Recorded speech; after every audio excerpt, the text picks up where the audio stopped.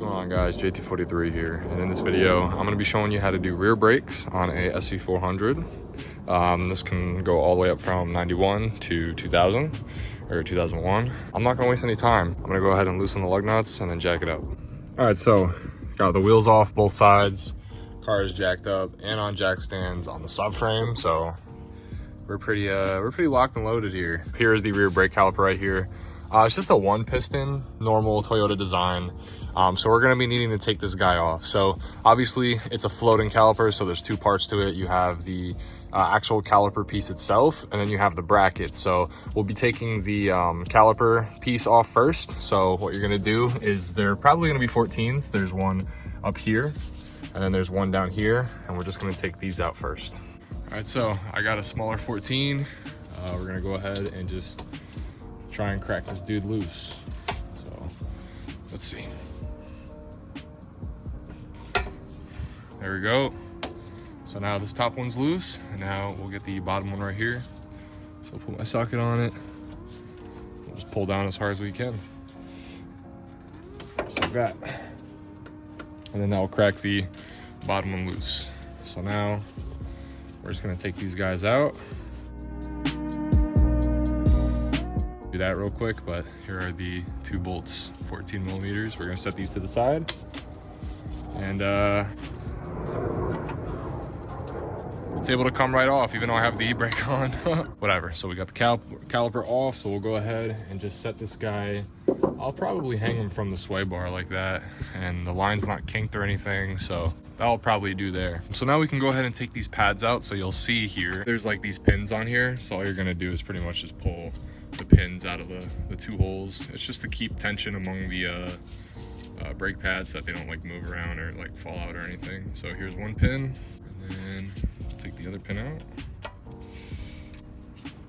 Right, there we go. So we got both pins out. So we'll set them to the side, don't lose them.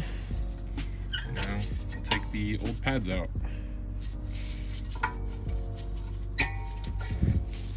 There we go. Here are the old pads. Not too bad as far as wear, but you know, these are probably 12-year-old pads, so yeah, we're definitely gonna be replacing these. All right, so now that we have the pads and the clips out, we're gonna be taking the actual bracket itself off. So all we have to do is there are going to be two 17 millimeter bolts. So there's gonna be one, let's see, there's gonna be one right here, actually, and then one at the bottom right there. So one at the top right here, and then one on the bottom right here. I know you see this beautiful BC badge, man. Look at that. Highly recommend, by the way, if you're looking for some good suspension, like, yeah, good suspension, but good brand, BC. So yeah, it might be two 17 millimeters. I'll double check, and then we're gonna go ahead and take this off. Okay, so I just double checked, and it is definitely a 17 mil. So we'll go ahead and crack these two big bolts loose. Go ahead and crack this guy loose.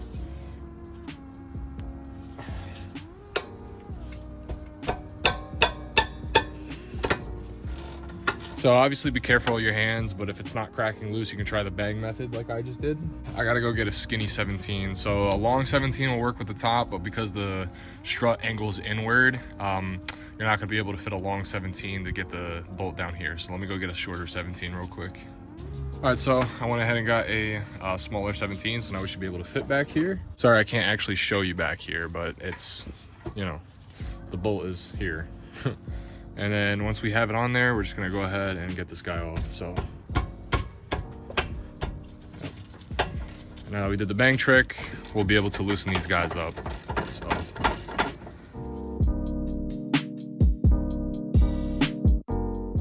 all right, so now that I have the bolt out, I can now just take my bracket off. And so now, for you, it will just be a couple seconds, but for me, I will have these painted. So I'll see you when I get these painted real quick. But before I do get these painted, we could take a look at these and start disassembling them. Okay, so obviously here we have our bracket, and there's clips. So we're gonna pay attention to how these clips are. So this is the rear left side, obviously. And so when the boots are facing this way, this is what the clips look like. So you can screenshot it, take a picture, or just remember it. And then this is the other side. So you're gonna wanna take a mental note of how that is, or you could just replace them one by one. So you pop one off, pop a new one on, pop one off, pop a new one on. And then the boots. This is probably one of the most important steps that you're gonna have to do. You can see how the boots, well, I have a really good example. The previous owner took really good care of this car. I have seen cars where these are like completely seized, but this is what's responsible for moving the caliper in and out. So when there's no lubrication in these and they get seized, that's not a good sign.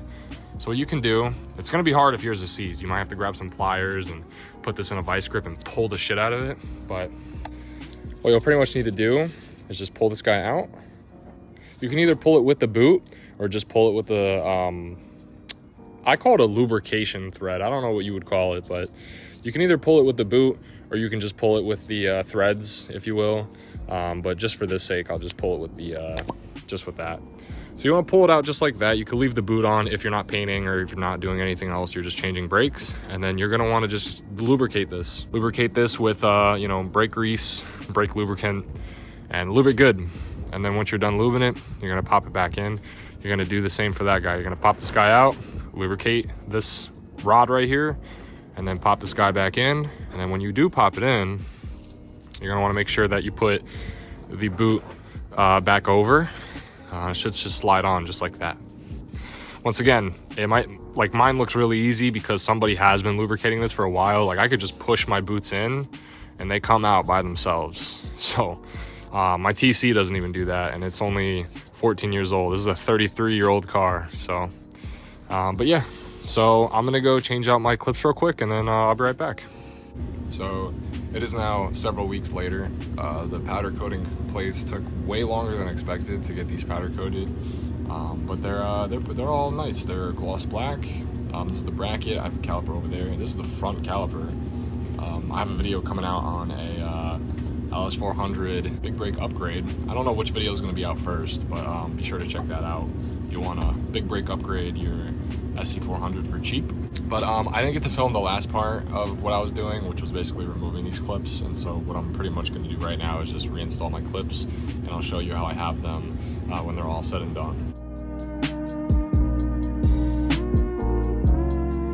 All right, so I just put all the clips back on. Feel free to take a picture. So this is the way I'm holding the, let's see, left caliper. So this is what this side looks like. You can go ahead and take a picture. And then this is what the other side looks like. So the biggest difference is two of the clips have these bottom kind of tabs. They all have the side tabs, but this is the top end of the caliper, or the bracket, I believe. So the top end has the middle kind of slide or metal bend tabs. The bottom just has the side bend tabs. So that's a good way to look at it. The brackets are identical. Like if I hold them like this, they are identical. One is left, one is right. That's the only difference. So now that these are clipped up, we can go ahead and start putting these back on the car. All right, so I have my bracket all situated in there. I thought I had taken the rotor off, but I didn't. So there's two little holes on each side where you can put a bolt in there. And then what you can do is you can get whatever size your bolt is that works. And then you can go ahead and just tighten it until it pops off. There we go. Okay, so if you heard that pop, that was the rotor. So now the rotor's loose. So I will go ahead and loosen my bolt here. It's probably like the easiest way to take off a rotor, because fuck hammering that, damaging your ears and shit. This is just a safer alternative to that. Okay, and then we can go ahead and take this rotor completely off, just like that. And now your old rotor is off. Let me go show you the new one real quick. These are the Stop Tech only slotted Cairo retriever rear rotors. So you can see, just slotted. They didn't have drilled at the time. I usually run drilled because it's lighter, but they didn't have that. So I went with the slotted instead. And what I like about these is the center is black, so it makes it look nicer than like this being like gray. So yeah, it looks pretty good. Let's clean these guys up. If you want to set for yourself, I'll leave a link in the description down below. So if this happens to be your first time changing brake, I'm not judging, but what you have to do is use some brake cleaner. You're gonna get yourself some rags or paper towels. I like using paper towels because these are disposable. And you're pretty much just going to wipe off the excess oils that they put on the rotors so that they don't rust in packaging. So you'll kind of just coat it like this.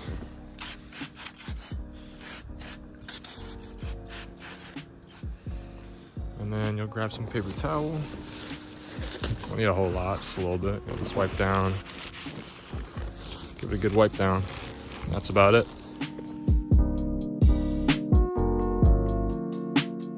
Okay, so now that we wiped down our rotor, it's good to, well, I gotta wipe down the surface again, but after that, it's good to put on. I'll see you there. Okay, so we have our rotor freshly wiped down. I'm gonna give you a little pro tip here. Doing this in the cold fucking sucks, okay? But without further ado, let's go ahead and pop this guy on. All right, there we have it. Rotor is on. So now that we have the rotor on, we can go ahead and throw our bracket on. I'm gonna move you over to this side in a second, but we'll pretty much just be throwing the bracket on first. All right, so we'll go ahead, grab the bracket, and we'll grab the two 17mm bolts, and we'll just start the bracket. So it's the same way that you took it off. You're gonna put it back on. You just slide the bracket in, and then you're gonna line the bolts up to the holes. And once you got everything lined up, you'll start tightening it up. Of course, mine wants to be retarded. That's typical JT style. So I got both of my bolts started. I'll start them up by hand. Might be a little too cold for that, but we'll see. And then after you start them by hand, we'll go ahead and use the wrench and we'll tighten those guys up.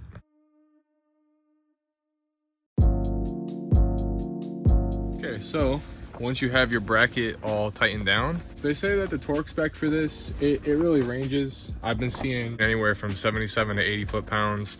I'm gonna go with the tighter one. I'm gonna torque mine down to 80 foot-pounds, so I'll see when that's done. And then we could slide the pads in.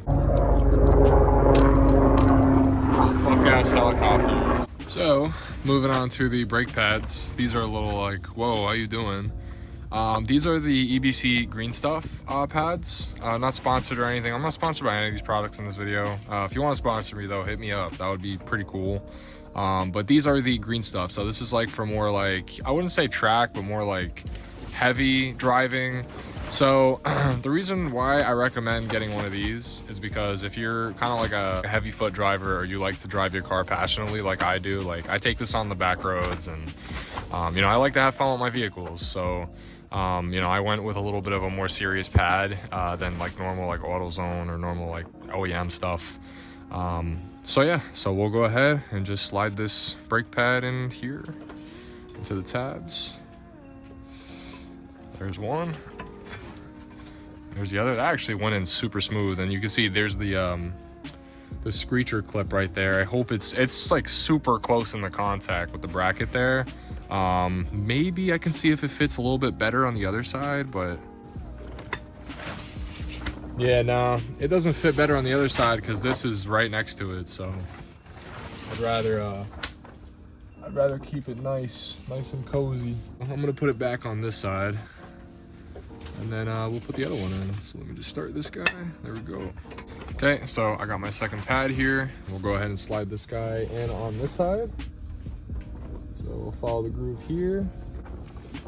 It's a little bit harder to see back here, but that's okay.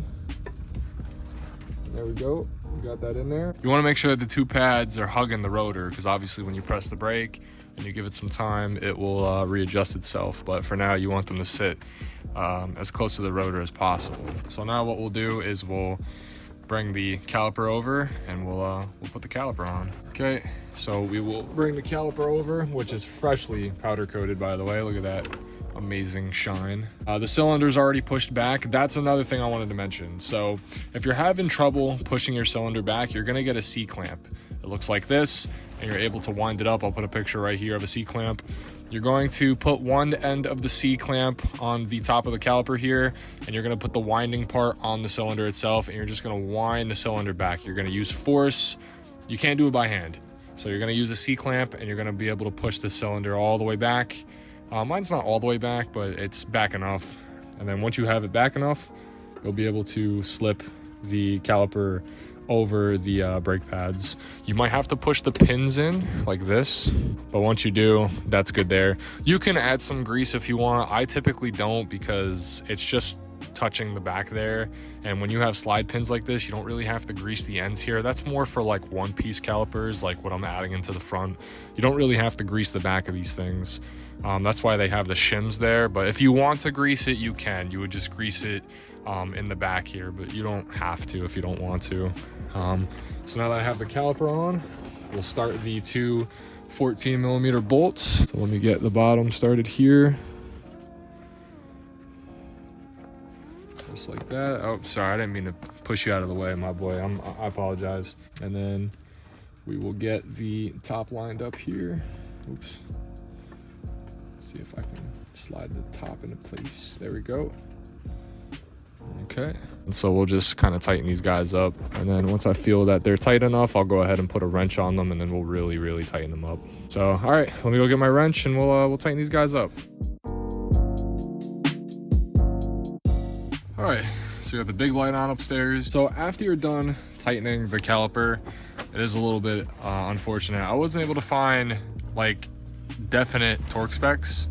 I saw anywhere from 45 to 25. I'm going with the most highest torque. Sorry, I couldn't be more helpful with the torque spec on the caliper, but at least with this one, it's like 40 to 30. So other than that, that is how you do rear brakes on a SC400. If you did enjoy the video, please like, comment, subscribe, and I'll see you later.